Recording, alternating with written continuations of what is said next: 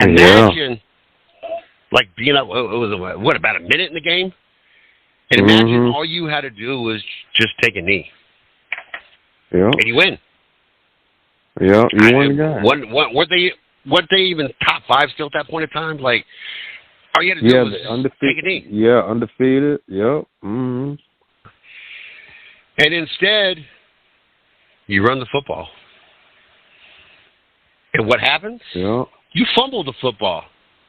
Mhm. And there was like, what was it, under a minute left at that point in time by the time Georgia Tech got on the field?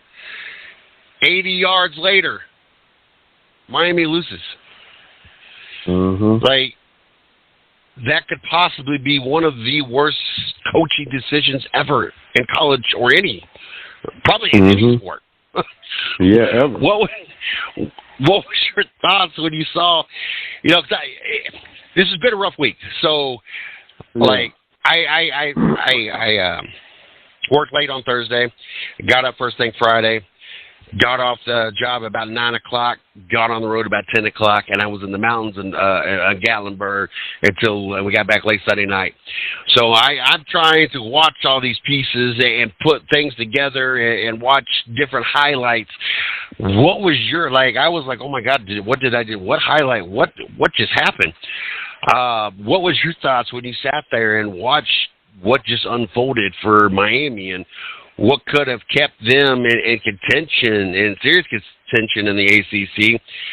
Now you take a big hit, because not only are you not undefeated, which most of these years you can only have at worst one loss.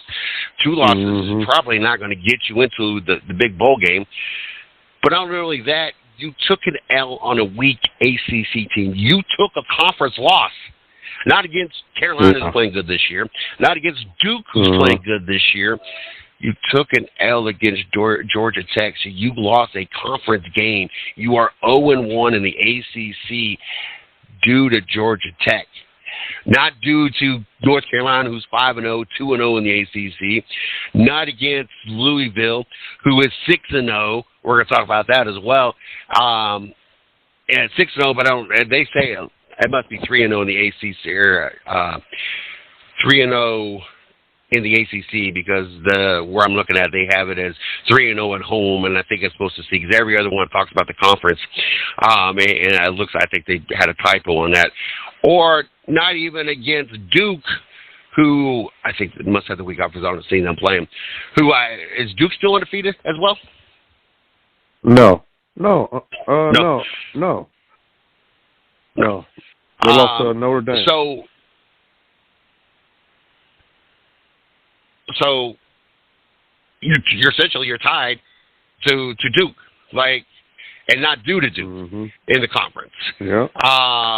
No, they're 1-0. They took the L, but they're actually lesser in the conference, because Duke is still 1-0 in the conference with a 4-1 record.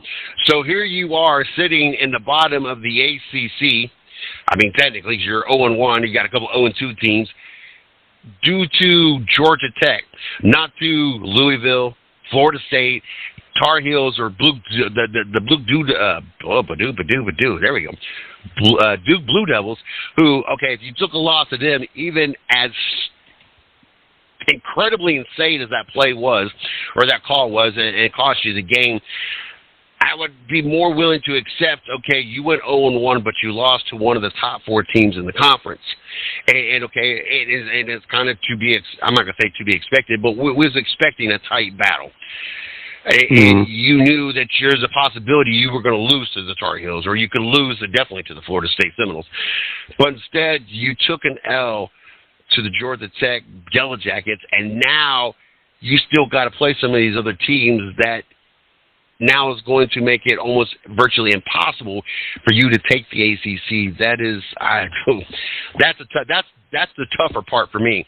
Not the stupidity of the play, not the fact that they cost you the game, but because you lost to a conference game to a lesser team, a team that I don't know if they've ever made a legitimate playoff. Georgia Tech, I'd have to go through the history. That's the part that is a harder harder loss for me, or harder part to swallow on this loss.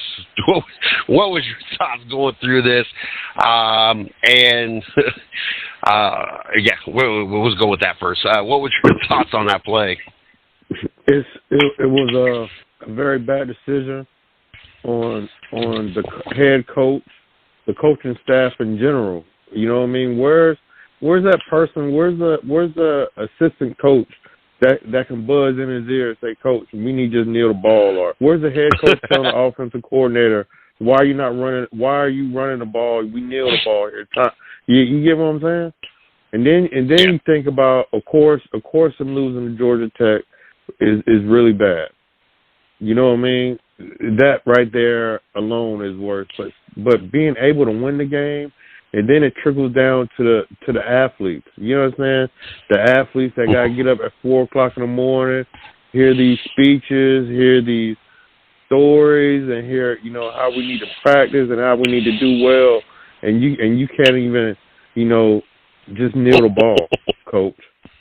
You understand what I'm saying? So now the players are down, the seniors.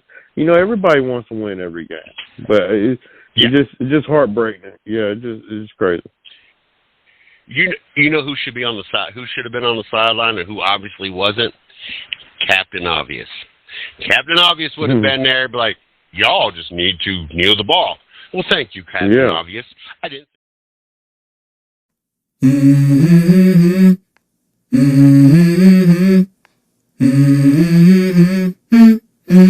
Let's go. I wake up to a little bit of drool on my pillow, feel like it's gonna be a bad day. Yeah, I'm tired of shit, and the coffee ain't hit yet, damn, ain't that great. I don't wanna go to work, cause my boss is a jerk, and I'm not even that paid. I need a change in my life, cause I don't feel